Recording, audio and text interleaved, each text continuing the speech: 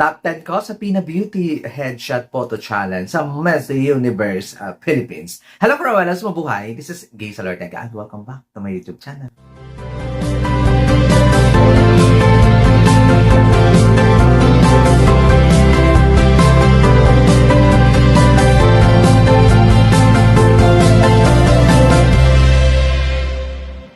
Hello! Kamusta po kayong lahat? Good morning, good afternoon, good evening. Anumang oras kayo nanonood sa akin ngayon. Maraming pong salamat. Sa mga bago ko dyan subscriber, returning viewers, thank you so much sa support. Sa mga hindi pa po dyan nakasubscribe, please subscribe my YouTube channel, Gay Salartega, Cruella and Pageantry, and click the notification bell below para updated kayo when it comes na maglabas ako ng aking mga video. Hey! At ito na nga, ilalatag ko na guys, ang aking top 10 dito sa Pina Beauty Philippines Headshot Photo Challenge sa Miss Universe Philippines 2025. So, sponsor nila ang Pina Beauty Philippines. Ngayon, natutuwa ako kasi siyempre, isa na yung photographer, isa na yung background, yung haplas ng makeup sa kanila ay iisa lang din, maybe, I don't know. Pero parehas, kumbaga yung mga pailaw, lahat iisa. So, kung sino nga ba ang nag-stand out, dito lumabas yung mga girls na may budol, tapos merong talagang real beauty is ipinakita dito sa headshot photos na to ng bonggang-bongga. Yung may konti lang akong hanash, lagi naman akong may hanash, di ba? Di ba? May konti lang naman akong hanash kasi yung ibang mga girls, akala mo ay nagbo-model sila ng manicure at saka nail polish. Lagi na kaganon, fuck. Kakaloka na, may nakaganon. Charot lang. Iniisip ko tuloy nail polish at saka manicure ang minomodel nila.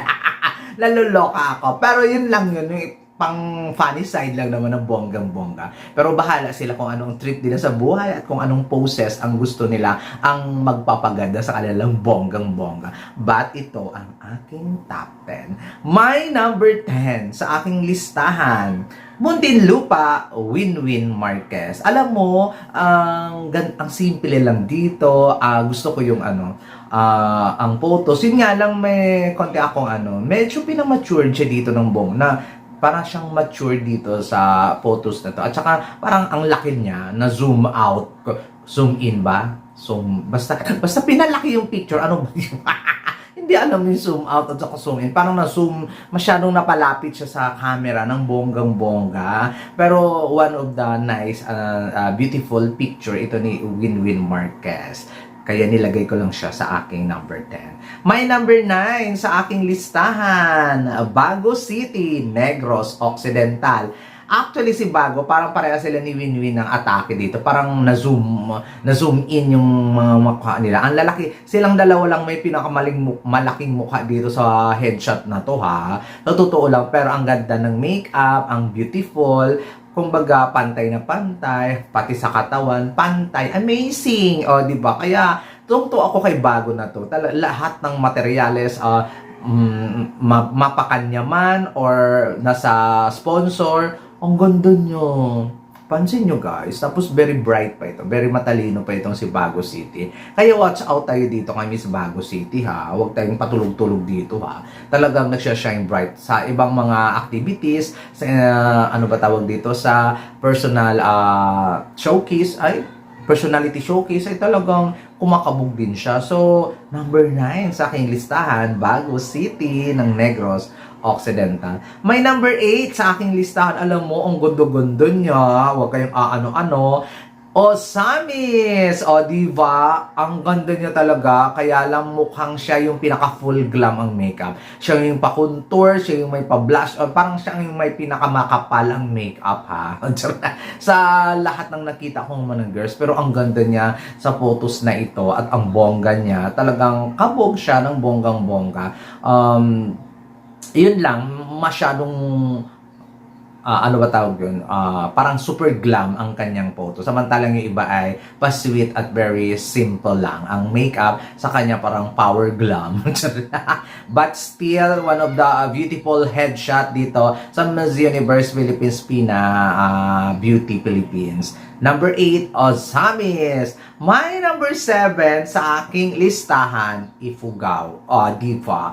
Ang ganda. Alam mo yung mag-smile sa kasama ang buong mukha? Halatang walang pinaayos. Charot lang. Ay, nako. Wala na. I mean is, wala naman against sa pinaayos. Halatang walang pina-enhance. Tingnan mo naman. Smile. Tapos, alam mo na yung kasama yung mata, kasama yung mukha niya sa pagsismile, parang pagtingin mo sa kanya ay nakakahawa. Parang mapapasmile ka rin ng bonggang-bongga. That's why number 10, ano ba pwede sabihin? Number 7 na tayo. Huy, Giselle. Number 7 sa aking listahan, Ifugao. Number 6 sa aking listahan, hindi to nyo ina-expect, pero number 6 sa aking listahan, Siargao. Diba? Ang pretty, ang linis, ang ganda. Ang ganda ng makeup and everything, the smile and everything. Maganda. Sana ganito laging materyales. Sana yung kung sino man nag-makeup sa kanya dito sa Pina Beauty, siya na lang yung team. Kasi napapa-imbornal siya sa ibang nakakaloka. Napapa-imbornal siya sa ibang mga photos, hindi giving. Ang ganda-ganda naman niya. So, sana ganito lang ka-light ang makeup. Ang beautiful. Si Miss Siargao, kaya nilagay ko talaga siya sa aking number 6. Talagang malapit na siyang maging top 5. Diba? Nung bonggang-bongga. But, eto na guys, ang aking top 5 ng bonggang-bongga. Abangan ninyo yan.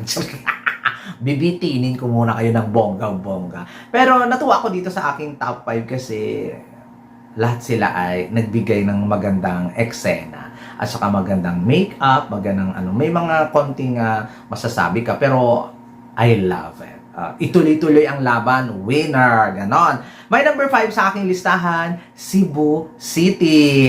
Di ba? Gabby Carballo. Ang ayoko lang diyan, masyado namang maliit siya. Kung na-zoom out yung kay Winwin at saka kay Ozami, kay Bago City, siya naman ang liit, pati dito niya kita na. Di ba? Yung iba gumaganon lang, tapos yung iba ganun na. Di ba? Masyado namang, sa lahat ng photos yata, kay Miss Cebu City yung maliit. Pero sana, pumantay yung face makeup dito sa body makeup. Di ba? Para yung kulay ay hindi parang di ba?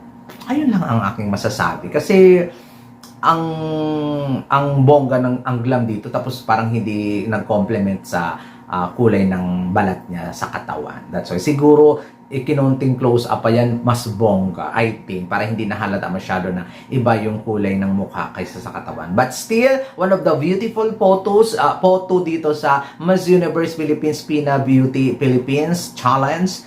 Number 5 sa aking listahan, Cebu City, Gabby Carballo. My number 4 sa aking listahan, sa wakas, umangat ni siya sa mga challenge kasi naliligwak talaga siya sa mga challenges kasi hindi giving ang kanyang materyales. Number 4 sa aking listahan, Eloisa Haud ng Laguna. Ang ganda niya dito. In fairness, diba? Ang ganda ang galing ng nag-makeup at saka fresh lang siya dito. Ano ba tawag yun? Yung light makeup. Maganda. Amazing. Pero ganito talagang styling yung nag-work sa kanya.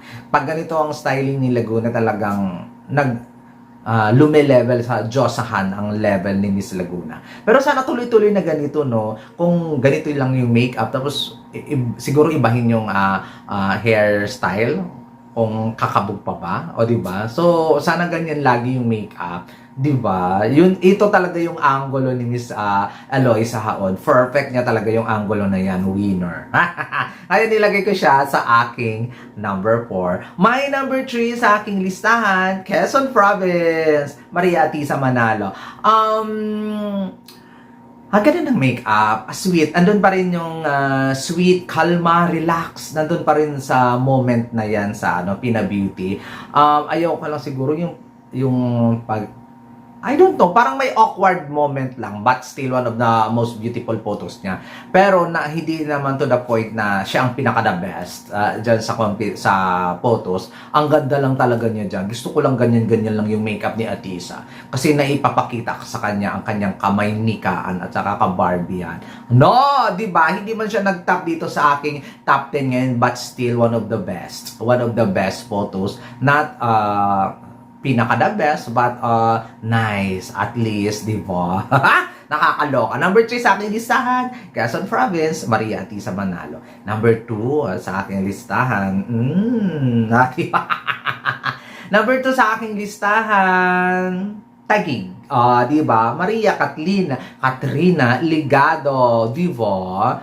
Kahit anong ng anggulo ni Katrina Ligado, winner talaga. Wala tayong pag-uusapan when it comes doon sa kanyang beauty. Kahit anong mang i-makeup mo sa kanya, winner talaga siya. Kahit anong anggulo, kahit pati warik pa yan, maganda ang pagmumukha niya. Kaya wala tayong issue when it comes sa mga ano pa tawag dito, when it comes sa mga materials na ipinapasa sa Miss Universe Philippines. Si Taguig isa sa mga magaganda ang mga photos na ipinapakita at hindi disappointment. 'Di ba? Sabi ko nga, wag lang tong pagsalitain, ito na talaga ang Miss Universe Philippines 2025. Pero syempre, bawat girls may mga pakulang, Waterloo, kumbaga kailangang i-improve. So, number 2 sa aking listahan, Maria Katrina Ligado ng Taguig. At syempre, may number 1 sa aking listahan for today's video, Sultan Kudarat. Amazing. Diba? Ang ganda. Ito ang hinahanap ko. Ito ang tunay na Chelsea Fernandez. Ito ang tunay na beauty. Hindi yung ginagawa, nung una ko ng headshot niya kasi tan siya doon At saka kamukha niya talaga si Vivian Velez. Dito, ito na talaga ang tunay na Chelsea Fernandez. Ito ang tunay na aura. Nung nakita ko siya ganito kaganda, yung effortless na beauty, siya yun. Diba? Red lipstick lang, winner. Diba? Natutuwa ako sa eksena dito kay Chelsea. Ang ganda. At least, naipakita na the real Chelsea Fernandez. The authentic Chelsea Fernandez. Huwag ninyong pinapaitim at huwag ninyong kung ano-anong pinagagawa sa mukha niya. Maganda naman. Red lipstick nga lang, plakado na ang mukha niya. Yun ang aking masasabi dito sa aking number 1. Number 1, Chelsea Fernandez ng Sultan Kudarat. Number 2, Taguig, Katrina Ligado. Number 3, Quezon Province, Maria Atisa Manalo. Number 4, Laguna, Eloy Sahaod. Number 5, Cebu City, Gabi Carvalho. Number 6, Siargao. Number 7, Ifugao. Number 8, Alzamis. Number 9, Bago City. And number 10, Muntinlupa. Kayo, sino ang top 10 nyo sa Pina Beauty Philippines Headshot Challenge? Comment down below lang kayo. At take note guys, bumoto po kayo dito sa mga pictures na ito at saka sa Pina Beauty eksena. Kasi ang mananalo dito sa botohan na to ay bongga, mananalo. Siyempre, kailangan ng botohan to. So, bumoto po kayo guys dito sa Pina Beauty. So, push na natin yan. Suportahan natin ang lahat ng ating mga kandidata sa Miss Universe Philippines 2025. That would be all. And this is Gaysel Ortega. Hanggang sa muli.